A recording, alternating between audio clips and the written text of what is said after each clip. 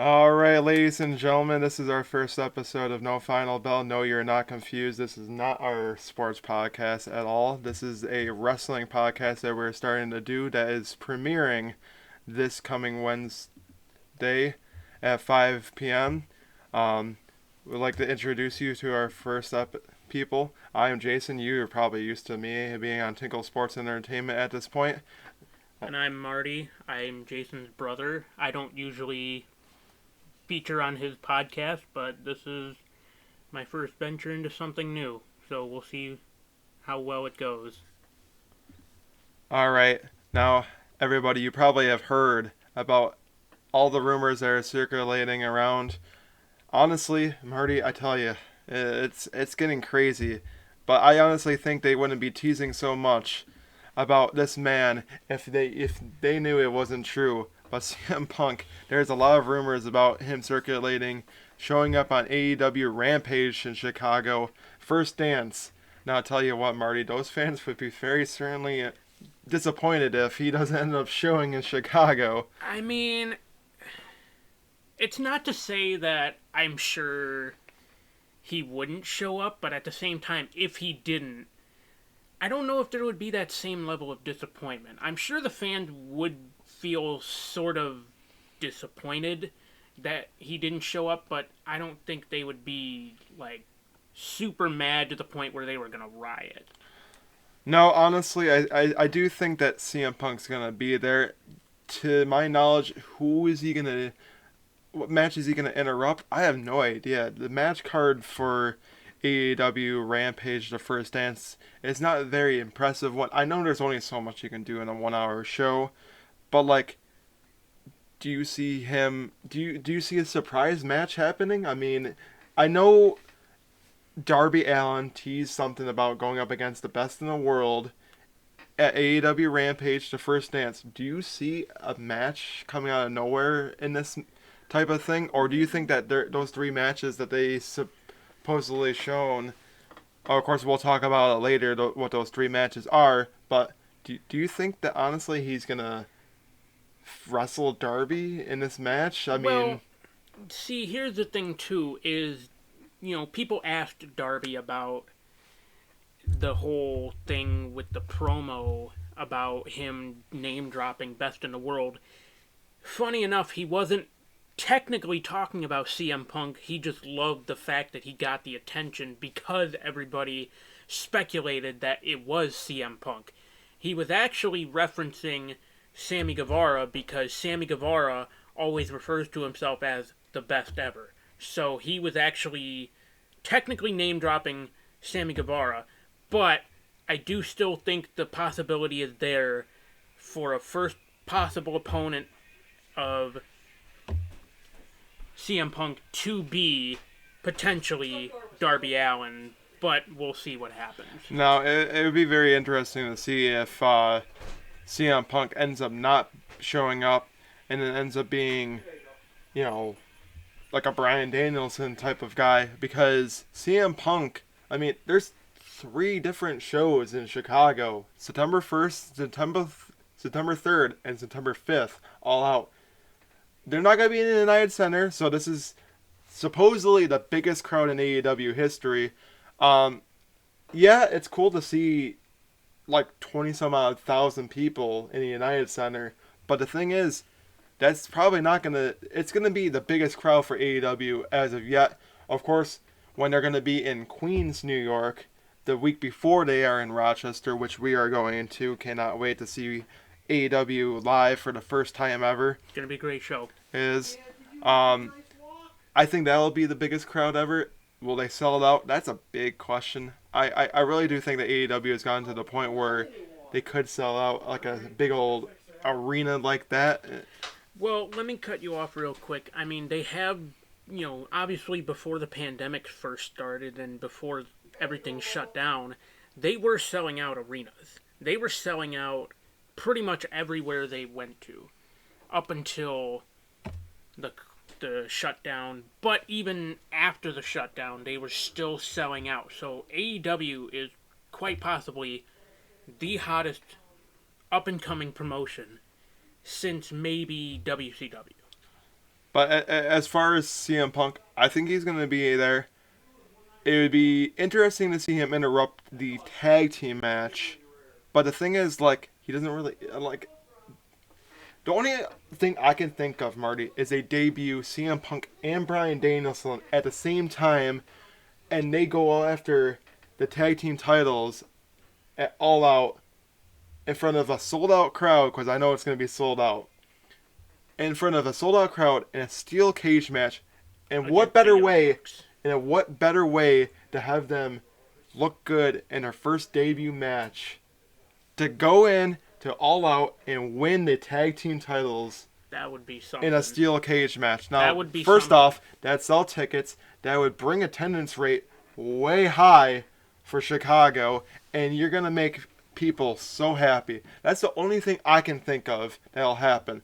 Of course, we haven't heard any teases about Bryan Danielson at all, except for the fact. Has been, for the most part, Bryan Danielson has been very silent about where he wants to go. However, he has stated that he does want to wrestle Will Ospreay. I'm all for it. Yeah, I think it's something that's going to be in the line. I mean, Will Ospreay, I would assume, is the NJPW World Champion right now. Currently, he is So- the IWGP Heavyweight Champion, and who's to say Bryan Danielson couldn't dethrone him? Well, the thing is, I know he wanted to get WWE on board to have him wrestle for NJPW, so it wouldn't shock me if he does end up going into NJPW and wrestles Will Ospreay for the title. But the thing is, we still don't know if he's going to be on a part-time schedule for AEW. We don't know if he's going to be in any other promotion. If not just in NJPW, he's a free agent, so he can go basically anywhere, do anything at this point. It just sucks that WWE wasn't able to come to terms with NJPW to have him stay, because he was riding the hot wave. I mean, when he came back, he Right. wasn't seriously like the same wrestler like he was before he had to leave due to injury. Well, that's another thing, too. Bryan Danielson was heavily teasing towards wanting to go to New Japan. WWE was actually willing to throw themselves out there as a potential partner for New Japan in the United States market. They were actually talking with New Japan. Obviously, those talks have since dwindled, and talks are now kind of dead between the two. But at one point, it did seem like WWE was going to work with New Japan so that Bryan Danielson, Daniel Bryan, whatever he's going to call himself these days, he was actually close, very close, to appearing in New Japan while also being under contract with WWE. That's a crazy thought, ladies and gentlemen. WWE, you done messed up, son. Of course, we'll head on to our next topic. As you are all well aware, WWE just released Bray Wyatt. I honestly think that this is Shame. a wrong move. Shame. And how can you release somebody that has so much talent? He's a former two-time world champion. Such a creative mind. And I tell you, that Bray Wyatt, the Fiend was such a great character for him. It was working. It was getting him over. But the problem with WWE is, if you're not really pushing him more, you're not going to do well with him. And the thing with Bray Wyatt, he's such a well-known name. He's done well. I mean, except for maybe the Husky Harris character. We want to talk about that too much. We won't talk about that. But the thing is, like, when he's been Bray Wyatt, he's excelled so much with the Wyatt family, with being the Fiend, with teaming up with Alexa Bliss. The storylines with that, they were so good. But the thing is like, WWE just couldn't find anything for him, and apparently they were just paying him way too much to basically be on the sideline. So I'm like, we're just gonna have to let you go. I don't think you should let a two-time world champion go. You clearly know that he's good enough to be a world champion, but the problem is, he's kind of got that like whole Sasha Banks type of feel where he can win a world title, but he can't keep it for a very long time, and it sucks. Yeah. It really does. the only thing with WWE right now, and I hate to bash it so much because I used to be such a big fan of We were both WWE fans. before going more on the AEW bandwagon. And tell you what, the bandwagon is totally worth it. I've been watching ever since the beginning, and I haven't looked past Let me it. just address some of the people here. If you are somebody that bashes AEW, I can see where you're coming from, but at the same time, I'm kind of that person that is like, have you given it a chance? You know, if you give it a chance, maybe you can get invested in the product. But Well, the thing is with that is like I just think that WWE should have gave him more of an opportunity to grow. I mean, you could have gave him other guys to go up against. Even at the worst case, send him back to NXT and rework the Fiend or something like that. Have him go after the NXT World Title. That's a big thing too. NXT really hasn't been the same. I really do think that Mr. McMahon has way too much involved as Bella makes a surprise entrance into you our may have seen podcast. her on the sports talk, but here she is now in No Final Bell. Well, the problem is like Bray Wyatt just I think they were wrongfully releasing him. I know WWE is trying to do as much as they can to save the revenue and pay the wrestlers, but here's the thing: maybe don't pay them so much. If you know that you're not gonna do very well with ratings and all the other stuff, and Have a salary cap. yeah, have a salary cap. The problem is WWE, stop bringing back old talent. You need to start breeding Yeah. your new talent because you're not going to survive for the future. Not only that, When those guys aren't around anymore, say like they're gone, they're they're passed passed they're passed on. on and stuff like that, and you can't keep on bringing in the older talent. The problem is you're gonna have to look. You're gonna get to the future. You're not gonna have those guys anymore, and you're gonna just fail. I've talked to Marty many times, and it wouldn't shock me in like the next 10 years or so that WWE ends up being like off the wagon, no more a thing, and then like a company like I don't know, like AEW or Impact or something like that really takes the reins as the best wrestling promotion out there because Vince McMahon ain't gonna be around forever. He's not gonna revitalize WWE. And there's just not going to be any of those wrestlers that were old school wrestlers that are going to revive it and bring back the type of stuff. Well, You can't always keep on bringing back Goldberg, always bring back Brock Lesnar, always keep on bringing back John Cena. Of course, we'll talk about that promo a little bit later in our show. well, that's the thing too. You can't always rely on nostalgia acts because, especially nowadays, nostalgia acts don't always pop the crowd. Like, yeah, it's nice to see them back, but how long do you want to see them back? I mean, honestly, it's cool and all to see John Cena potentially win his 17th world title. That's cool and all. I think he's I don't know eventually. how I feel about it. I think he's going to break Ric Flair's tying record and win that 17th title. But the thing is, like, is Roman the next? Is Roman going up against Roman the right guy for him? I think he should do it against a guy like Bobby Lashley or Drew McIntyre, who could really help them their careers elevate out. elevate the new talent, elevate the top talent. Right, exactly. John Cena has spent years of having him be the guy that's been elevated. He would, yeah, say what you will about John Cena and him, quote unquote, burying talent, but if you ask me, it was really just his way of carrying himself to the height that WWE was in during that whole PG era, ruthless aggression era, because, well, that's the thing too. John Cena's been the good guy, quote unquote, for 15 years. 15 Mm. years plus. Never turned him heel, never once even gave us a glimpse of going evil. So I think they should just do it, just to have him be a heel. But at the same time, how well would it work with a crowd, and even just in general, how well would it work? But Right, exactly. Honestly, this was a great moment to see.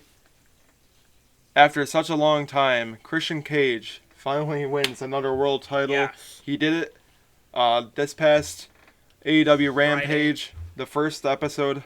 If you saw it, he kill switched Kenny Omega on a chair. That was a really bad spot, by the way. I know Kenny that really needs to I protect understand. himself. Well, I'll give him this. It's kind of hard to protect yourself when you have your arms kind of hooked in on a chair like that. I will say it's kind of hard to get your hands up and ready for that. But the thing is, like, on a chair, that's just crazy to me.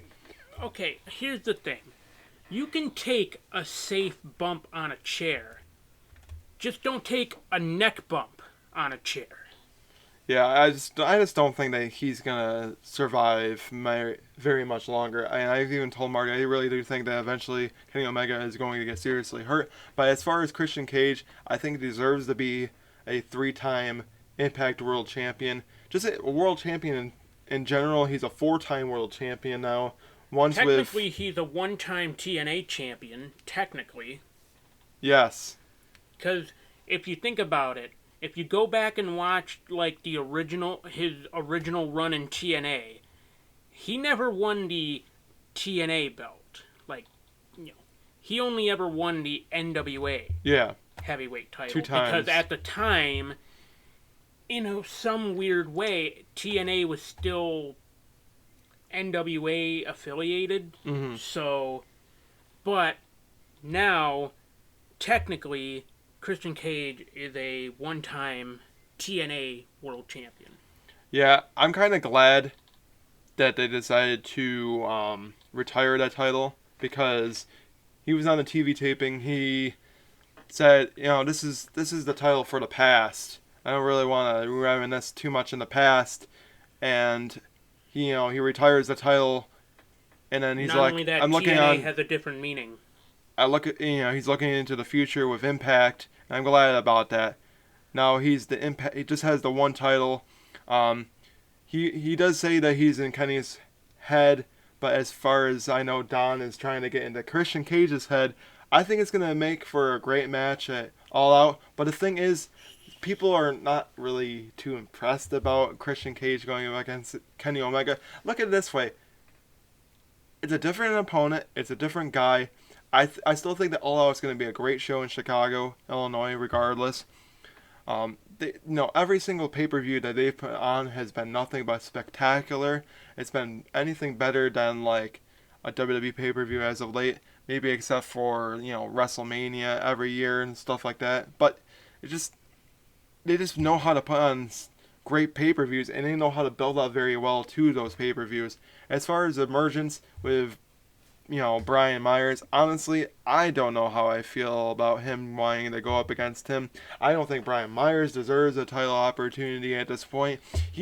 Even though he says, "Oh well, I've been nothing but a great wrestler for a year." Yeah, it's all fine and dandy, but the thing is, like, do you even really deserve a world title shot at this point? Like, you haven't really done anything in a year. Here's the thing, too. I can understand you'd have to give Christian Cage an opponent for Emergence on August 20th on Impact Plus, which I have, by the way, and I will be watching. But Brian Myers? Of all people? I mean, and I'm not discrediting Brian Myers. I'm not saying he wouldn't be a perfect opponent for Christian, but at the same time, it just doesn't make a lot of sense to me. Brian Myers is not, to me, he's not a credible enough opponent. First opponent, I should even say, for Christian Cage to defend the world title. I mean, I'm definitely glad to see Christian Cage back in the Impact Zone. It's been a long time. He said it's been 9 years since he's last been in the Impact Zone. Yeah. And the thing is, like, Christian Cage, he's still on the top of his game. Yes, it took a little bit of time. He looked really rusty in that first match he had back from 7 years. But now it's almost like he hasn't lost a step. Honestly, he's back to doing all the same moves that he used to do back in when he was with WWE there and Impact and stuff like that. My only concern with him, though, is he takes it a little too far and essentially gets himself thrown into the same situation that had to make him step away, which was he gets another concussion that essentially sidelines him. Honestly, That's my only concern with Christian. Obviously, I'm sure he's taken the necessary precautions to make himself, like limit himself more, but at the same time, especially in that match against Kenny Omega, I'm sure he's doing fine, with like health screenings and all this stuff, and even just in general, like impact testing, really, I'm sure they're doing with Christian what they did with Daniel Bryan when he first returned from his neck trauma and head trauma, giving him like impact testings, making sure that like, hey, I understand you were in this match. Like, are you good? Are you able to, go on with everyday life? So I'm sure that's what they're doing, but then again, I don't know AEW and Impact's medical procedures when it comes to that stuff. So, right. but the concern is still there with Christian, and even with Daniel Bryan and Bryan Danielson, the concern is still there. Honestly, I mean, I do know that like Christian Cage definitely does need like some sort of like opponent to go up against him for the Impact title to begin with. But I mean, I guess you gotta start somewhere, and I guess starting at kind of like the bottom with a Brian Myers Very type bottom. of with Brian Myers. I guess it's something. It's not definitely not the best opponent in the world, but you know what? It's something, and it's gonna get him, a lot of title matches, a lot of opportunities on Impact. I'm just hoping he, at the age that he's at right now, I'm hoping he can just handle wrestling at Impact and also AEW. To be honest, it would be nice to see him be the Impact and AEW World Champion. Something tells me that honestly, I think they kind of wanted him to be the Impact World Champion just so then they can have Kenny focus more on AEW itself, which is probably not that bad. Well, let's not also forget that along with holding the AEW World title, Kenny Omega is also the AAA Mega Champion. So maybe he'll focus. Well, at least as far as I know, he might have lost the title to Andrade El Idolo at Triple Mania.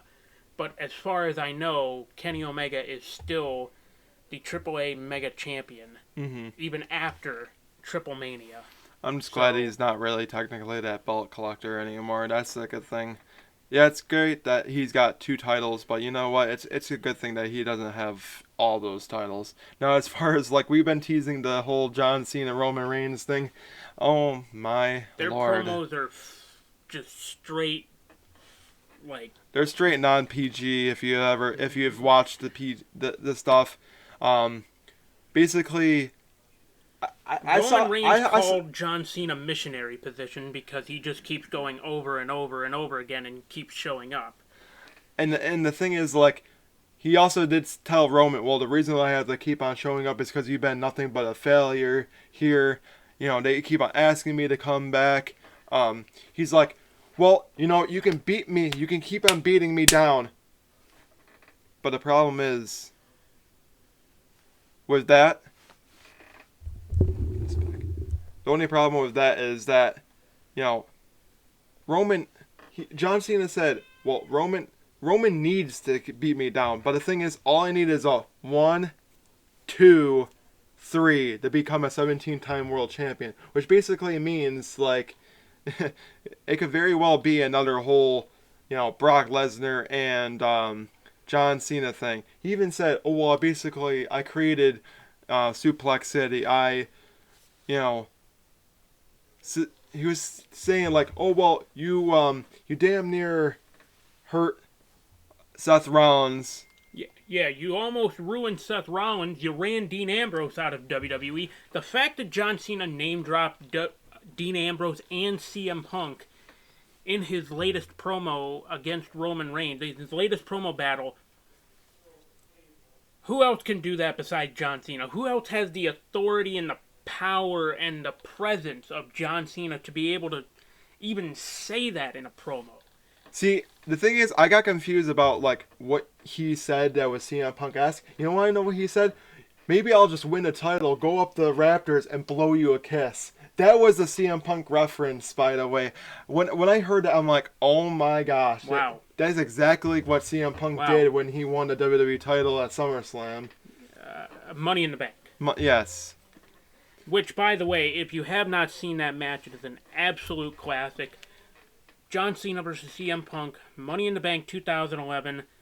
Quite the match. It is absolutely...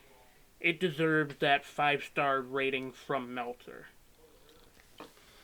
Yeah, I definitely think so. It was a great match when they basically were both the WWE champion and they had to unify both the spinner belts at the time. That one was SummerSlam. Well, The Money in the Bank match was, I believe, Cena was walking in champion, CM Punk walked out champion, and the whole story behind that was CM Punk was leaving with the WWE title. yeah, hence why he ended up blowing him the kiss right there and went into the Raptors. Now, I tell you what, if Cena wins this Universal title, goes up and does it, I'm going to laugh my butt off because it would be so CM Punk-esque, and then it would get so many people riled up and everything. I'm pretty sure it'll get WWE a little mad about that, but I think it would be totally worth it. Because John Cena at this point can basically do or say whatever the heck he wants to with... He's John Cena. What are you going to say to him? With literally no reputation. Now, as far as Roman Reigns not being scripted, I think it's good for his character. It is definitely good for his because character. I feel like now he can speak about... I'm pretty sure everything that he said in that promo to John Cena was exactly how he felt. And it was true from the heart. And if anything, Roman Reigns is better without a script than with a script. Because if we remember about that 2017 promo, oh yes. My goodness. He forgot his lines. John Cena looked right at him and he's like, hey, it's called a promo, kid. If you're going to be the big dog, you got to learn how to do them. He's like, shut up, John. Shut the hell up, basically.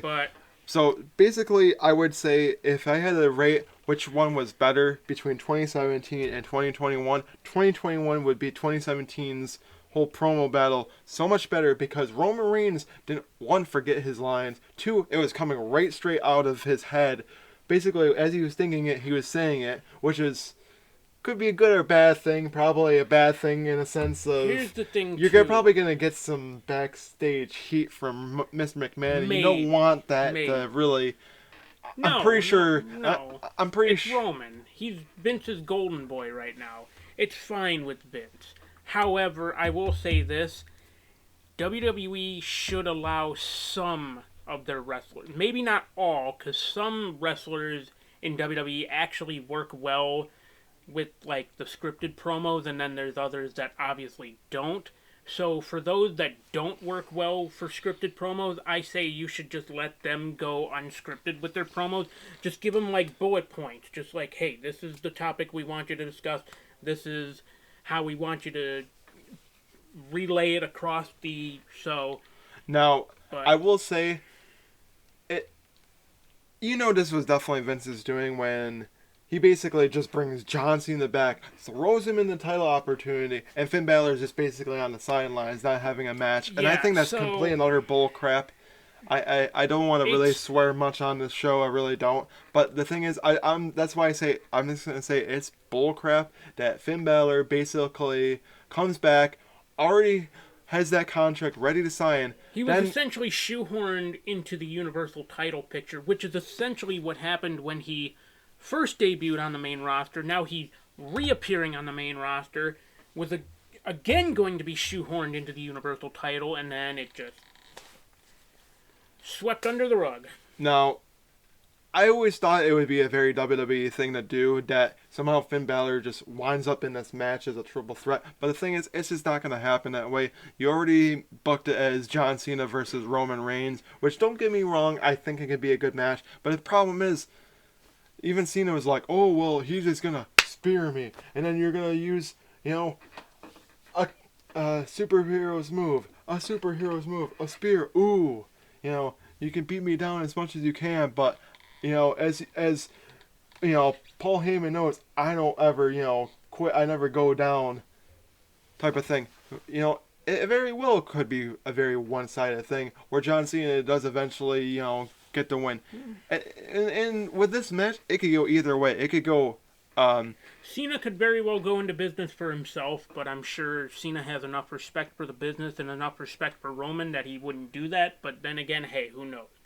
He's essentially Mr. Hollywood now, so he could just go into business for himself and say, screw WWE, I'm done with this, I won my title, let me get out of here. Well, the problem with, yeah, it very well could happen, but the thing is with Cena is, I really do think that Cena will go in. Yeah, will he get beaten down? Yes, of course he'll get beaten down by Roman Reigns. Roman Reigns is the is the head of the table, the tribal chief. You better acknowledge him. The thing is, like, I just found it funny when he said he drove Dean Ambrose out of WWE, and which very well probably did. I mean, I hate to say it. Funny enough about that promo, Seth Rollins actually got a good chuckle out of it. Yeah, I mean, hey. But again, who else has the power to say that in a promo besides John Cena? I mean, maybe The Rock. I do think Stone Cold. It just sucked that it wasn't.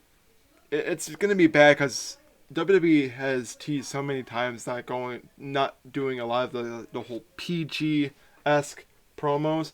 I think it's good for television the way that they promoted. They probably should have toned it down a little bit with saying it because it's more like a family-friendly type of show than it used to be, where it would program more towards the teenagers to like the 49-ish range. But the thing is, like, it's tough to tell. I do think that it makes for great wrestling. I do think that with them saying what they said will make for a great match. Don't get me wrong. But the thing is, they have to keep on bringing back John Cena. You definitely know that your product, your brand, and everything, it's going down the waste. Even John Cena is saying he's scared for WWE's future. As far as predictions for AEW Rampage First Dance, we have the first match there, Private Party and Jurassic Express. Now, Jurassic Express, the thing I have a problem with this is Jurassic Express already just had that match against the Young Bucks. The Young Bucks. And I hate to say it, spoiler alert, Young Bucks retained their title. A pretty good match. I won't lie.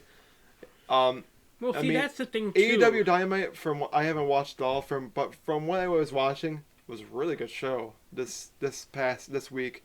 Something that could draw a big viewership. Now the thing is about it, I think a group like Private Party, they haven't even gotten anywhere close to tag team titles. Close. So I mean, the closest they've gotten to any sort of tag team championship though is the Impact tag team titles. But even then, they haven't won them, and they haven't, They won the Impact World title or tag team titles, right?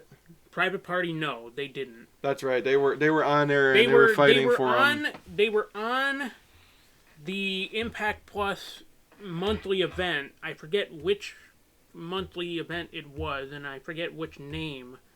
But they were, I want to say No Surrender was the special they were on, where they challenged for the Impact Tag Team titles, but they were not successful in beating. And I believe that was around the time that Gallows and Anderson won them the first time.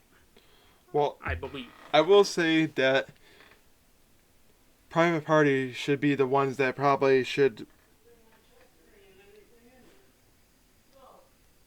win. Honestly, Private Party, I think, are the better tag team to get the opportunity to probably fight in the cage at All Out against the Young Bucks. But the thing is, like, you keep on giving Jurassic Express all these opportunities, and yet they don't capitalize. And the funny thing is, if they somehow win all this tournament and they do go up against the Young Bucks for the tag team titles in a steel cage match, then my thought process is, why didn't you just have them win the tag team titles in the first place?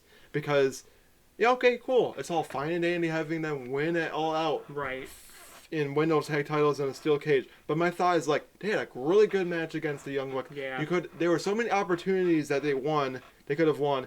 They lost by the BTE trigger there. Okay. Yeah. And there were so many opportunities that they could have won the tag team titles. That's what I'm saying. It was such a great match. But the thing is, like, if you end up having Jurassic Express win all the, this tag team eliminator, and they go against the Young Bucks again, but this time in a steel cage match, all out the pay-per-view, and they end up walking out the tag team champs. Now my thought process is, again, why? Why did you have to make them basically wait almost a whole another month to win those tag team titles? And why did it take so long for them to even win them in the first place? Yeah. Now, that's why I say Private Party would make the most sense to have them win. They've been so hot as a tag team. They've been under, the power of, the Hardy Family organization there. And let me tell our family office. Hardy Family Office. Hardy Family Office. And let me tell you something there. Private Party has been looking really, really good. Even before they, turned heels, they were really great tag team. And I think they deserve that opportunity to go after the tag team titles. Now, as far as next match there, Jade Cargill versus Kiera Hogan. I would like to see Kiera Hogan get the victory, but at the same time, something tells me it's going to be Jade Cargill. Jade Cargill, I think, is going to win. I honestly think that them keeping her undefeated makes the most sense. But then again, you gotta make Kiera Hogan have like a really strong, like, first impression in AEW, because right now she's technically a free agent, which makes a lot of sense why they broke up Fire and Flava in Impact. But I still think Jade Cargill is gonna get the win. She's been undefeated for, ever since her first match, and even just in general, she's still undefeated. However, this is Kiera Hogan's debut. It's her debut match, essentially, on national AEW television, as opposed to on, like, Dark and Dark Elevation, Like, alright, she made her debut in AEW on Dark and Dark Elevation, but this is on national television now. Now, she has to make an even bigger impression than she already made on Dark and Dark Elevation, because, let's face it, like, Dark and Dark Elevation has their audience. Rampage also has its audience, but at least Rampage and Dynamite, it's national television. Right. A lot of people have access to the TNT network. Mm-hmm. And even just, like, the Turner Broadcasting Network in general. So, if you ask me, Kiera Hogan, like, obviously, she made a good impression, but she needs to make an even better impression tonight, and I think she will do that in this match against Jade Cargill. But my mind is, my instinct is still going Jade Cargill to win. Yeah, I want to see Jade Cargill. I mean, yes, she doesn't have as much experience as Kiera Hogan, but the thing is, like, she's been riding the train really good. She has such a great ring presence, such a great structure of moves there, and Let's she's not been forget, she's also that bitch. Yes. Like I said, we really don't want to swear too much, but she is that bitch for a reason, and she's been looking good. It would not shock me if she ends up being a women's world champion at one point. I think she is well deserving of it. I think they need to build her up more. Yeah, of course, definitely build her up more before you do that. But I agree with you. I think she's a future world champion in the making. Yeah, I definitely agree with that. Now the last match, I don't know why. Something tells me it's going to be a squash match. I don't know why Daniel Garcia and 2.0 keep on getting these opportunities when they just rules. They just keep on getting these opportunities on AEW, Dynamite, and also Rampage, and then just keep on getting their butts kicked. Like, is it going to lead to anything? I'm not sure, but something tells me this match between Moxley and Garcia is going to be more of a squash match, and Moxley is just going to mop the floor with Daniel Garcia, but who knows? That's why I'm saying, who knows? This could be a squash match, and then somehow CM Punk comes in and challenges after Jon Moxley or gets in the way of Jon Moxley. That's why I'm saying it would be better to have them, because, Jon Moxley is with Eddie Kingston right now. I think that even them going up in that cage match against the Young Bucks would be even better. I think they would be well deserving. I think they should be tag team champions right now. The thing is that, I mean, them being in the cage, I don't know. We'll see about that. But as far as CM Punk, like, it would be like I was saying, like, it would be so cool to see him, and Bryan Danielson team up together, and then somehow like they go up against Moxley and Eddie Kingston or something like that, or even have Moxley against CM Punk at like All Out or something like that. I think that would be a great match. I've been hearing signs that CM Punk hasn't shown any kind of ring rust. Yeah, I have heard as about training, that as well. which is a really good thing. A lot of people are praising his in-ring work, which, I mean, it's pretty impressive for a guy who's like 43.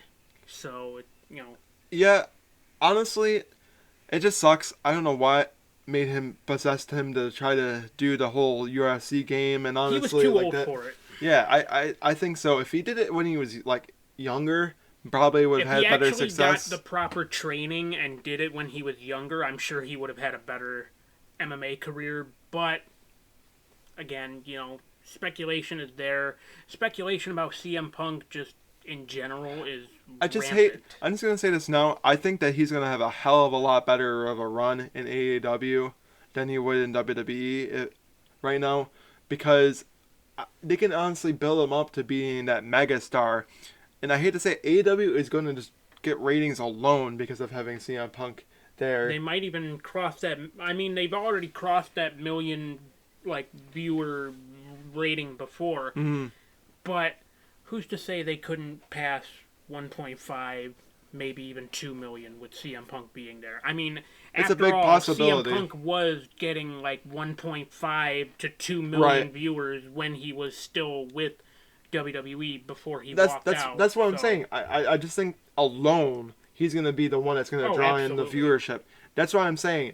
This AEW Rampage right now, that's going to happen. It's the most highly anticipated show. It's going to get a lot. It's going to get over 1 million viewers. I think it's going to keep everybody on their seats because he can show up at any time of that show. I think. But what if he doesn't? If he doesn't, then the people are going to be very disappointed. You're going to get people that are going to just tune out. That's what I'm saying. You better hope. And there's honestly, going to be a lot of backlash on Twitter. Please, do the right thing. Have him show up. If you don't have him show up, you're going to have probably riots happen outside Chicago. You're probably going to have riots. You're going to have a lot of angry tweets on Twitter, literally adding AEW, literally adding Tony Khan, You're literally going to have people say, probably the whole show, you're going to literally hear that, we want CM, we want Punk chants. You're also going to probably get, if he doesn't end up coming out, you're going to get those chants, we want a refund. AEW, don't do what WWE would do. WWE would do something where you're much better than WWE. So AEW, do the right thing, have him show up, don't make the fans mad. It's Chicago, Illinois. Do the right thing. Don't do the wrong thing. Because we've seen what happens when you do the wrong thing. Yes. Many times. So, the whole thing with Daniel Bryan. They done so many times, we want Daniel Bryan. We want Daniel Bryan. Doesn't show up. But then they get boo, and then, it turns into complete another chaos. The one Royal Rumble where they wanted Daniel Bryan. What did they get? They get Rey Mysterio instead. And they booed the hell out of it. That was the 2014 Royal Rumble. Daniel Bryan got eliminated, and no, he wasn't even in the Rumble. He had a match earlier in the night, and then people thought he was going to come out as number 30, and then number 30 ended up being Rey Mysterio, and people got pissed because they wanted it to be Bryan, and then they just pretty much booed the entire rest of the Rumble. Booed Batista to no fault of his own, but nobody wanted to see Batista winning the Rumble, and, take it as you will, Batista being... I would have been okay if it was Roman Reigns that won that Rumble, but even then, different story for a different day. It just... If I'm AEW, if I'm Tony Khan, you got to do the right thing. You got to pull the plug and say, go out there right now. These fans are chanting your name. This is your city. You go out there and you make an impact. My question is, what theme song will CM Punk have? Yeah, will we have that's Cult of Personality? That's what I wanted will to say we have too. My Curse by, or not My Curse, This Fire Burns by Killswitch Engage? What theme song is he going to have? I think he's gonna have the Cult of Personality because I'm pretty sure that's what he had when he was in UFC. Okay. I'm pretty sure. I'm pretty sure because it's not. It's not a licensed. No company can trademark that because it's a banned it's an officially song. licensed. So I really song. do think that he's going to come out to that, and when you hear the yeah, that crowd is going to freaking. That crowd is going to erupt. The roof is going to blow off. I want to see the videos. I want to hear the crowd reaction. Like live crowd reaction, because I'm sorry, the cameras on the TV do not do it justice.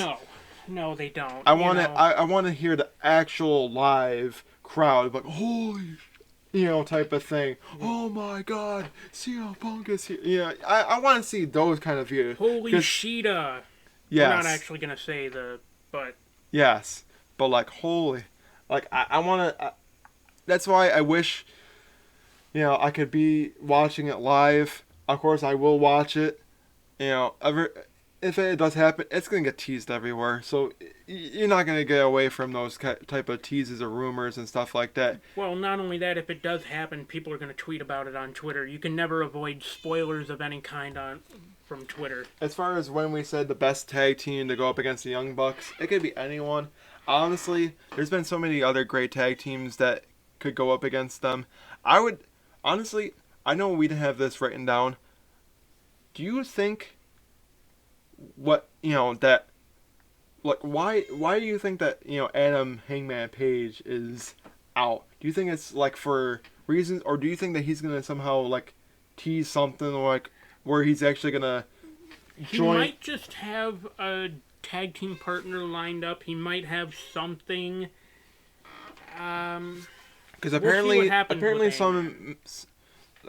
some members of the Dark Order weren't happy that, he essentially walked out on them. He walked away, and then, you got people like, because if you saw in that match when they were competing for the tag team titles there, it was only a slight few